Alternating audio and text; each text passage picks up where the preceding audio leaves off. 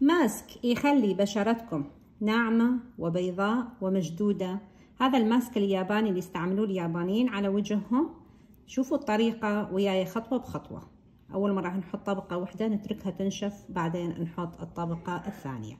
يلا وياي على الطريقة. إذا عندكم موز بالبيت ورا ما تاكلون الموزاية لا تذبون القشر. هسه أقول لكم ايش راح تسوون وياها. ويا ملعقة واحدة من الرز التمر. نجيب القشر مال الموز طبعا ولا شيء تشيلون من عنده، بس هذا الراس اللي ما نريده، ونجي نقصقصها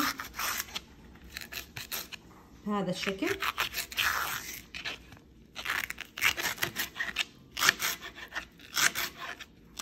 قصقص القشر كله، واحد قشر يكفي لأي جدر عندنا.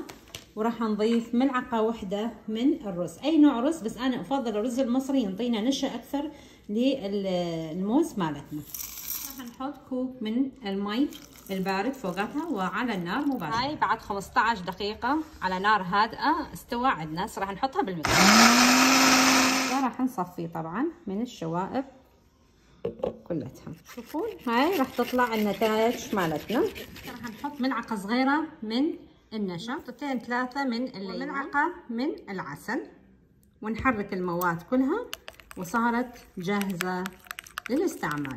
نحطها على وجهنا إلى أن تقريبا تنشف، بعدين نغسل بمي دافي. نستعملها هاي لمدة 7 أيام، ممكن نحتفظ بها بالثلاجة لمدة 7 أيام فقط.